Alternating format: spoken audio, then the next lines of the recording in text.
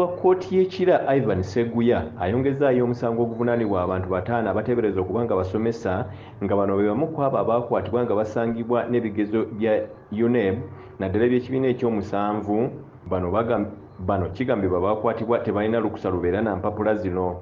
Abavunaanibwa nno kuno kuliko Mugagga Ramadhan Male ow'emyaka 24 ng'ono musomesa era mukozi w'ekitongole kya UNEB, Tumuhimbise Ronald ow'emyaka 40 naye musomesa Sembabule, Otayi Nelson ow'emyaka 31 nga musomesa Nabweru, Sako Katamba Richard nga musomesa era mutuuze mu kibuga Masaka, Sako ne Kimanje Tom naye era nga musomesa mu kibuga Masaka.